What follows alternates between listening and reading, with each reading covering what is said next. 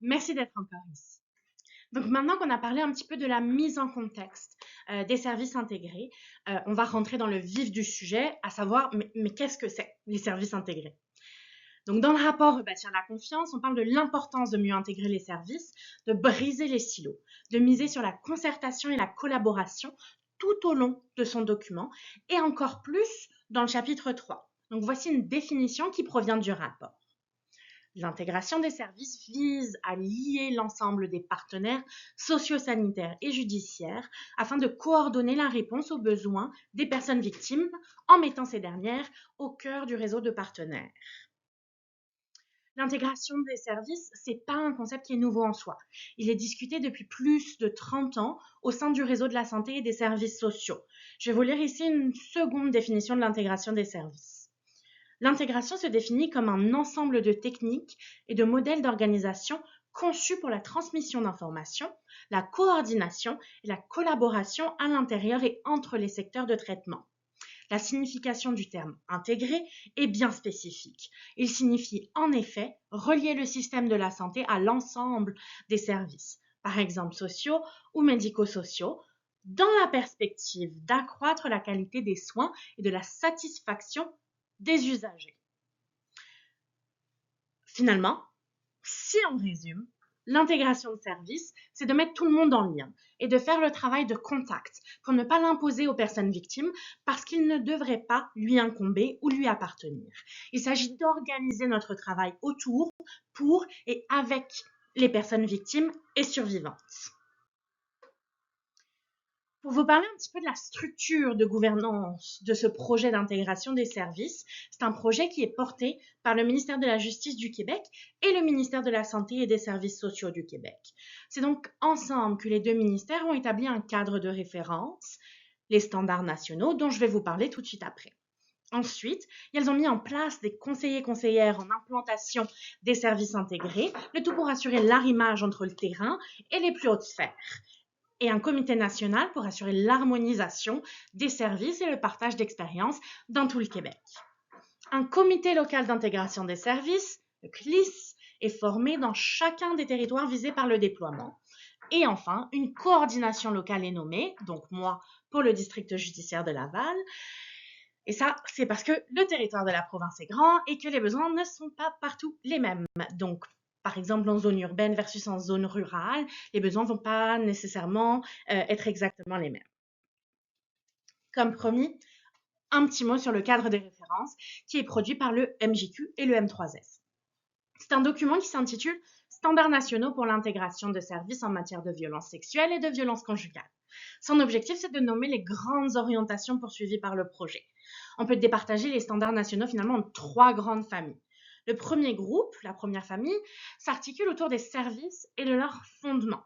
Donc ça vise à bonifier et à harmoniser les services existants en comptant sur des orientations claires, donc les standards nationaux, la concertation et collaboration intersectorielle et interorganisationnelle, la mise en place d'actions locales, le référencement personnalisé et le no wrong door. Le référencement personnalisé et le principe du no wrong door, on va en parler un petit peu davantage plus tard. La deuxième famille de standards est axée autour de la place des personnes victimes et des approches à favoriser. La personne victime est au centre des réflexions et des actions, donc ses souhaits, ses besoins, son rythme, etc. Donc tout ça s'est fait aussi en incluant les services aux personnes auteurs et aux proches. Ça veut dire que on parle d'intégration des services, que le parcours de la personne victime soit judiciarisé ou non, puis que c'est dès la première approche de la personne victime en continu et en vertical. La troisième famille porte davantage sur les moyens d'actualiser le projet d'intégration des services. Il s'actualise donc à travers un comité local d'intégration de services, le CLIS, et est soutenu par une coordination locale, moi, qui est formée par des acteurs du milieu spécialisé en violences sexuelles, violences conjugales, VSVC, et qui œuvre auprès des personnes victimes, auteurs ou leurs proches. Donc, par exemple, à Laval, on a d'autres collaborateurs comme Zéro Exploitation, Les Survivantes, etc. Parce qu'au cœur de ce comité local d'intégration des services, on essaye d'éviter la surreprésentation de certains services. Donc, par exemple, les services de police sont présents, donc on n'a pas nécessairement au cœur de notre CLIS les survivantes. Mais lorsque ce sont des sujets plus spécifiques qui pour lesquels on a besoin de l'expertise spécifique des survivantes, on les invite à venir siéger de manière temporaire dans nos rencontres. En d'autres mots, ce qu'on voit et vit actuellement, c'est un modèle qui est linéaire, donc le modèle du haut, où la personne victime doit faire toutes ses démarches par elle-même, s'adapter au système pour pouvoir tenter de répondre à ses propres besoins. L'objectif ici, c'est d'améliorer le système de services disponible, composé des organisations partenaires, du milieu judiciaire et du milieu socio-sanitaire, de sorte à faciliter le parcours des personnes victimes. En ce moment, ce qu'on voit, c'est que si la personne victime n'appelle pas au bon endroit, au bon moment, n'utilise pas le bon jargon, on lui propose d'appeler ou de se présenter ailleurs, ou encore on lui répondra qu'on ne peut pas l'aider. C'est pas à vous que je vais apprendre que ça peut être vécu comme de l'isolement pour la personne victime, en plus de lui demander excessivement de courage, de conter son histoire à de multiples occasions, ce qui peut être retraumatisant et pas toujours indiqué dans une démarche thérapeutique. La personne victime est également mise dans une position de vulnérabilité supplémentaire dans laquelle elle s'expose à un refus de service, ce qui se traduit parfois pour elle comme la mécompréhension ou une impression qu'elle n'est pas adéquate, que le type de violence qu'elle a vécu n'est pas assez grave ou trop grave, etc., etc. De refaire des tentatives d'accès au service après un ou des refus, c'est vraiment demander beaucoup à la personne victime. D'où l'importance de personnaliser l'approche et d'organiser les ressources autour de la personne victime. Donc vous pouvez le voir sur la deuxième image, la personne victime est au cœur, puis tous les acteurs et actrices sont autour d'elle finalement. Le référencement personnalisé, c'est pour placer la personne victime au cœur du processus. C'est une des notions importantes.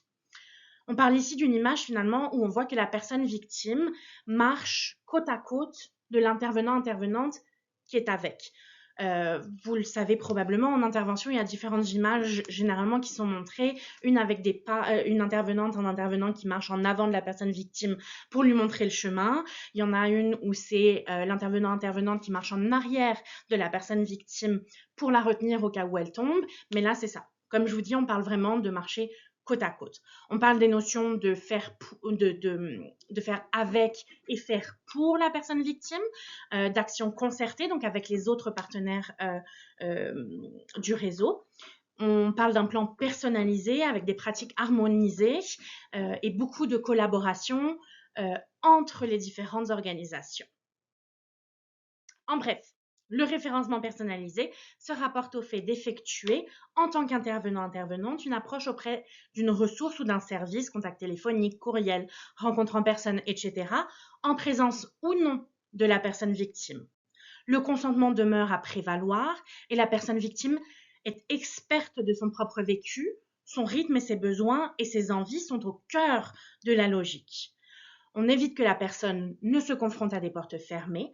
On suit le concept du no wrong door ou de pas de mauvaise porte que l'on abordait rapidement plus tôt dans la présentation.